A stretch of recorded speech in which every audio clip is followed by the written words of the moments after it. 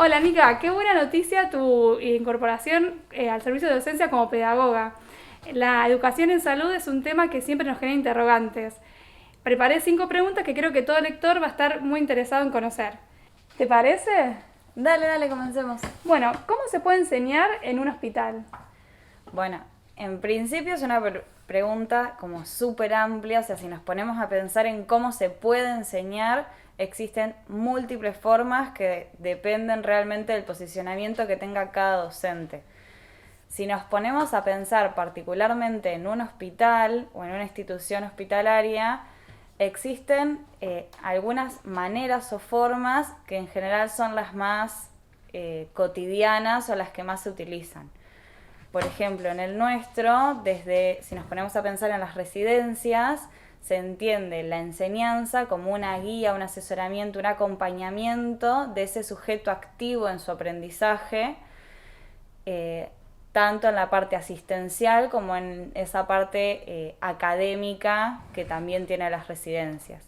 Pero también si nos ponemos a pensar en el resto de los y las trabajadoras del hospital, la enseñanza se piensa más como una herramienta súper práctica para mejorar ese accionar y esa tarea cotidiana que tenemos a través de capacitaciones, jornadas, perfeccionamientos. Así que son miradas que están en común en el hospital, pero que bueno, se van interrelacionando. Bien. ¿Y consideras que es importante la formación docente de los trabajadores de la salud? Sí, totalmente. Bueno, soy pedagoga, entonces parece que es indispensable.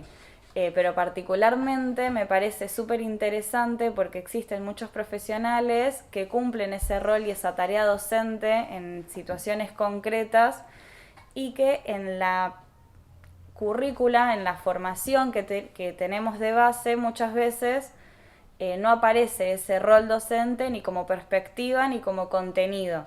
Entonces me parece fundamental que desde el servicio de docencia, investigación y capacitación se pongan el foco en cómo poder generar y brindar esas herramientas para la práctica docente.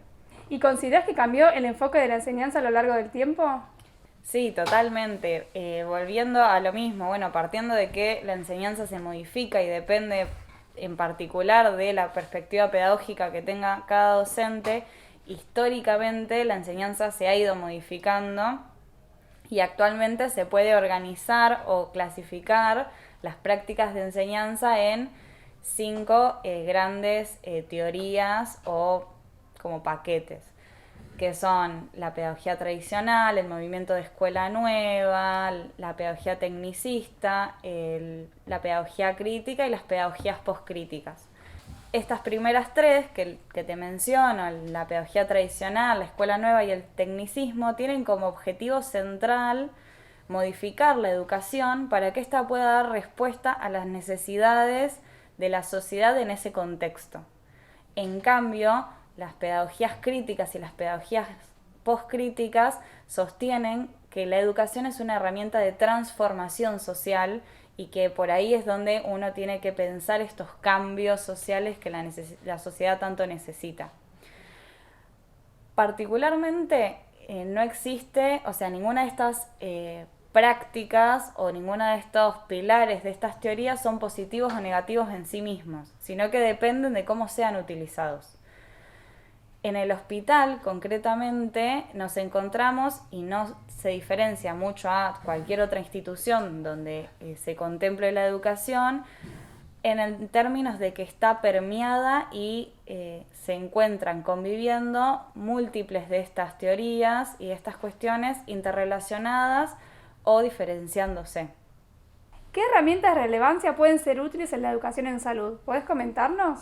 Sí, puedo comentar algunas y nombrar. Para mí también ahí lo central es tener en cuenta que para seleccionar y elegir las herramientas es importante saber y ser consciente, bueno, qué contenido es el que uno quiere enseñar y qué modalidad. No es lo mismo si es virtual que si es presencial. Si es virtual, por ejemplo, desde el servicio de docencia, investigación y capacitación tenemos un campus en el que se brindan múltiples opciones de, bueno, desde subir un video, armar un foro, presentar actividades como determinadas herramientas que pueden permitir tanto el diálogo como la realización de una actividad o tener un material. En cambio, si pensamos esos encuentros presencialmente, las herramientas cambian completamente. En nuestra institución, herramientas o estrategias que son muy útiles son la simulación, tanto como la simulación clínica como la simulación para cuestiones muy específicas con una retroalimentación y reflexión posterior. También se pueden realizar talleres ateneos que permiten tanto el análisis de casos como la reflexión sobre la propia práctica. ¿Cómo se puede evaluar el aprendizaje en ciencias de salud? Bueno, para pensar en cómo evaluar, nuevamente es súper importante tener en cuenta qué contenidos queremos evaluar. Por ejemplo, si los contenidos que queremos evaluar son más bien prácticos, como son técnicas o procedimientos, las mejores formas o las más oportunas para evaluar eso puede ser una simulación o un análisis de caso para trabajar un procedimiento a accionar.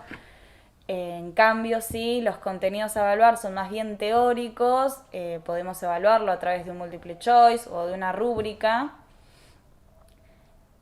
También, por ejemplo, se puede diferenciar en si el foco de lo que nosotros queremos evaluar es la relación que establecen nuestros estudiantes o los participantes de esa capacitación o taller, la relación que establecen entre los contenidos y las situaciones que fuimos analizando. Bueno, en ese caso la evaluación debe solicitar un análisis y una escritura muchísimo más minuciosa y detallada. Lo central es eso, es la relación de, qué es lo que yo quiero evaluar y ahí poder pensar cómo evaluarlo.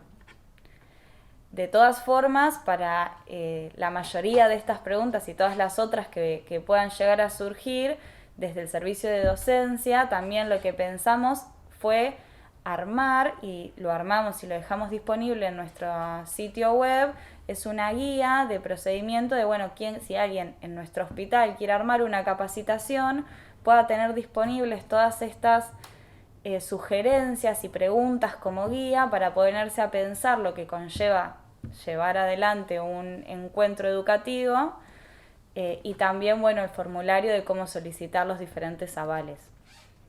Bueno, buenísimo, Mica. Gracias por todo lo que nos contaste. Muchas gracias a vos.